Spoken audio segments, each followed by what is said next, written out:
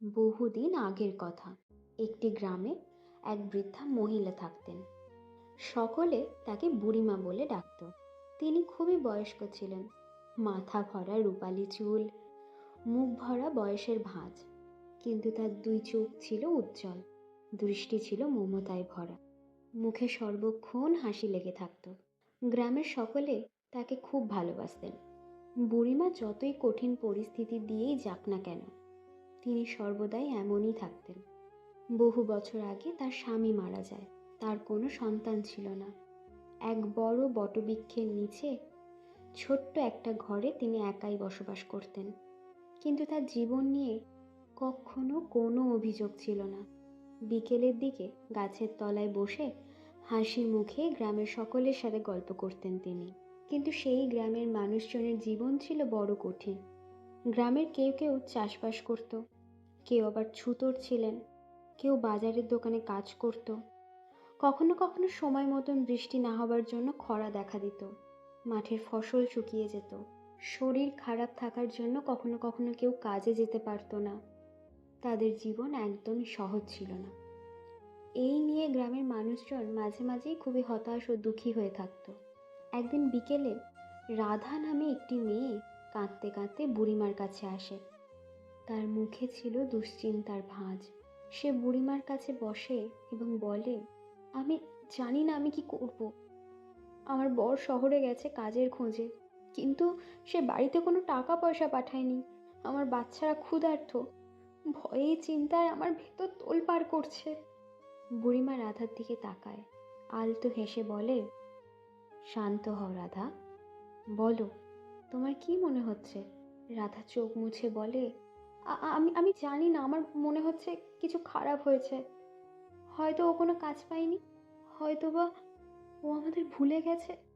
বুড়িমা রাধার দুই হাত ধরে বলে, রাধা, যখন আমরা খারাপ জিনিস ভাবি তখন আমাদের মন দুর্বল হয়ে যায়, মন ভার হয়ে ওঠে। কিন্তু যখন ভালো জিনিস ভাবি, মন ভালো হয়ে ওঠে। এমনকি মাঝে মাঝে সেই ভালো জিনিসটা ফলেও যায়। রাধা বলে, বুড়িমা, এত খারাপের মাঝে আমি ভালো কথা ভাববো কি করে। বুড়িমা আবার আলতো করে হেসে বলে, একটা গল্প বলি শোন। অনেক দিন আগের কথা। একটা গরিব মানুষ ছিল। তার কাছে কোনো টাকা পয়সা ছিল না, খাবার ছিল না, পরিবার বলতেও কিছু ছিল না। নদীর ধারে বসে সে কেবল কাঁদত।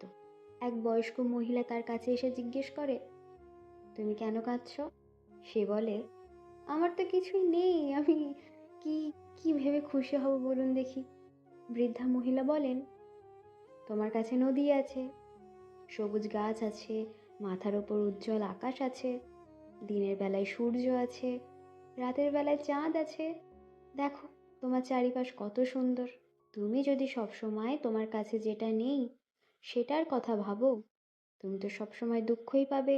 কিন্তু তোমার কাছে যেগুলো আছে, তুমি যদি সেগুলোকে নিয়ে ভাবো, তুমি তোমার মধ্যেই শান্তি খুঁজে পাবে। লোকটি ধীরে ধীরে কান্না বন্ধ করে। সে চোখ মেলে তার চারিপাশের সৌন্দর্যকে দেখতে শুরু করে এবং তারপর থেকে সেই মানুষটার জীবন বদলাতে শুরু করে। দেখ রাধা, কোনো জাদু বলে কিন্তু লোকটার জীবন বদলাতে শুরু করেনি। তার জীবন বদলাতে শুরু করেছে তার চিন্তা বদলের জন্য। যখন আমরা ধনাত্মক কথা ভাববো, আমাদের মন অনেক ফুরফুরে হয়ে ওঠে এবং সমস্যার সম্মুখীন হওয়াও তখন সহজ হয়ে ওঠে। রাধা বলে, সত্যি কি আমার জীবনও বদলে যাবে বুড়িমা? বুড়িমা বলে, যাবে বই কি। যখন সকালে উঠবি, নিজেকে বলবি, আজকের দিনটা খুব ভালো হবে। দেখবি কেমন কাজ করার ক্ষমতা পাস, বাচ্চাদের যত্ন নেবার শক্তি পাবি। আশা নিয়ে একটু স্বামীর জন্য অপেক্ষা কর। রাধা বলে, বেশ বুড়িমা, এখন থেকে আমি ভালো জিনিসই ভাবব।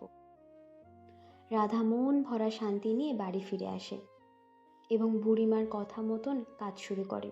কিছুদিন পর রাধার কাছে একটা চিঠি আসে। তার স্বামী পাঠিয়েছে।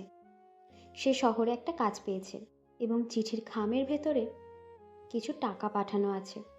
রাধা খুশিতে বুড়িমার কাছে ছুটে আসে, সব খবরটা বুড়িমাকে খুলে বলে।